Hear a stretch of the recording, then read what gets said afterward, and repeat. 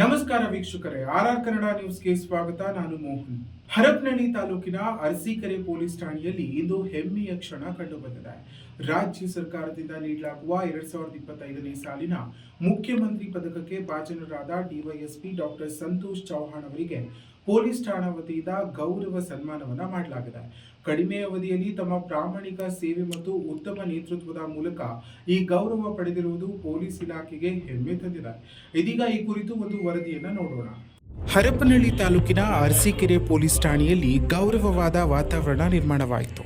ಹೌದು, ಮುಖ್ಯಮಂತ್ರಿಗಳ ಪದಕ ಪಡೆದ ಡಿವೈಎಸ್ಪಿ ಡಾಕ್ಟರ್ ಸಂತೋಷ್ ಚೌಹಾಣ್ ಅವರಿಗೆ ಪೊಲೀಸ್ ಸಿಬ್ಬಂದಿ ವತಿಯಿಂದ ಸನ್ಮಾನ ಕಾರ್ಯಕ್ರಮ ನಡೆಯಿತು.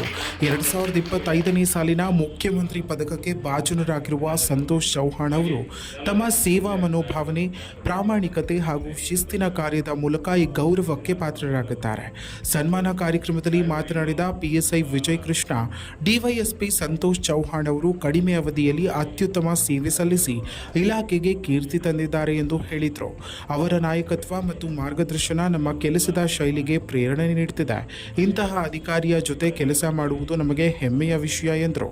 ಈ ಸಂದರ್ಭದಲ್ಲಿ ಪೊಲೀಸ್ ಸಿಬ್ಬಂದಿ ಹಾಗೂ ಅಧಿಕಾರಿಗಳು ಸಂತೋಷ್ ಚೌಹಾಣ್ ಅವರನ್ನು ಅಭಿನಂದಿಸಿ ಅವರ ಮುಂದಿನ ಸೇವಾ ಜೀವನಕ್ಕೆ ಶುಭ ಹಾರೈಸಿದರು.